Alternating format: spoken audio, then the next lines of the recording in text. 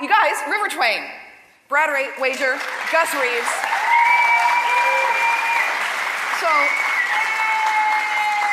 the song that you played for us was off of the album that you released in September, The Correct. Dirty Truth. Exactly. And as I recall, you funded that through Kickstarter. That's right. It was a nightmare. That was a Kickstarter campaign. It was the scariest thing we've ever done. Uh-huh.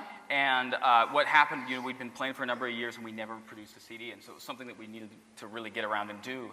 And when we finally got around to doing it, we'd already recorded it, we'd done everything, we just needed to get a box and mastering and promotion and the final pieces. So we reached out to the community and we thought, okay, if other people want this, then maybe they'll support us in this.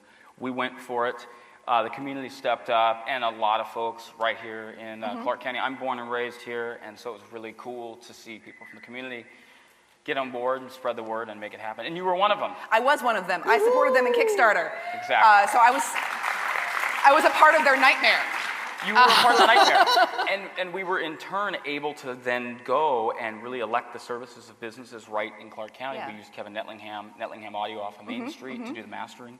We advertised in the Vancouver Vector. If you're not reading the Vector, you should be, to let people know that we were back and that we were going to do something. Yeah. We used a local screen printing company to make our shirts and our stickers and so on and so on. So we were able to put the money back in the community, which is a really cool thing to be able to find. Fantastic. Absolutely. So now that this album is out, you're working on another one. Yeah, we're looking to get rid of as many of this one as possible. And it's available in many forms. You can get it on iTunes, you can get it on CD Baby. They're here, there are t-shirts, there's all sorts of stuff. And we're working on a new record. We're going to go in the studio in March. We have some dates booked that I think he's available for. And we're going to start recording the second album. So that's really the direction we're trying to... That's our main endeavor. But there's also sort of like a side route, a side cause. What's that? Okay, so Gus suffers from a disease that not a lot of people know about.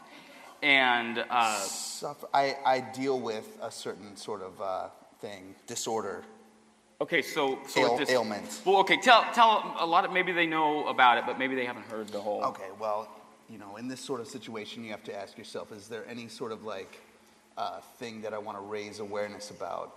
You're in front of a bunch of people, and one of the things that I deal with on a daily basis, sort of an obscure thing, is it's primarily like a door-related issue, and it comes down to being in front of a door, needing to get in or out of it, and whether or not to pull or push on that particular door. Right, and it seems kind of funny, but the thing is, I've seen the guy get locked out of his apartment. The guy, he pulls the door, he walks out, and he goes, takes out the trash, comes back, and he tries to pull the door again because it was a pull on the way out. And so he's kind of stuck in that loop, trying to get back in, pulling. It's really frustrating being in a public place and just yanking on a door, trying to get it open, and then you fall away sweaty and demoralized, and somebody walks up and pushes it right open, and then it's like instant access for those people.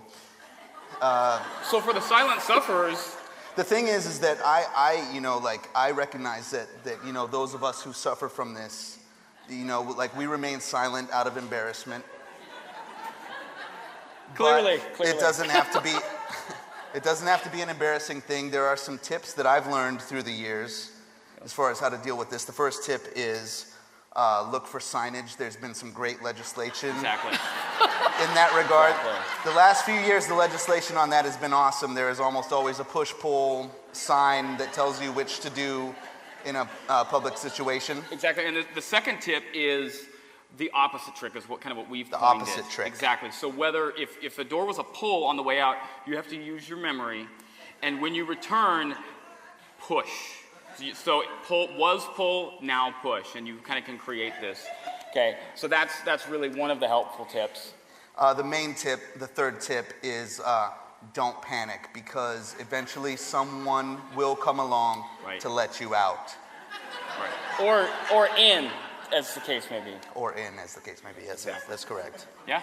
Excellent. Whoa! Oh, well, on that note... Precisely. Thank you, River Twain. Thank you, Gus and Brad, for joining us. Thanks, Vancouver. We're going to hear from them again later.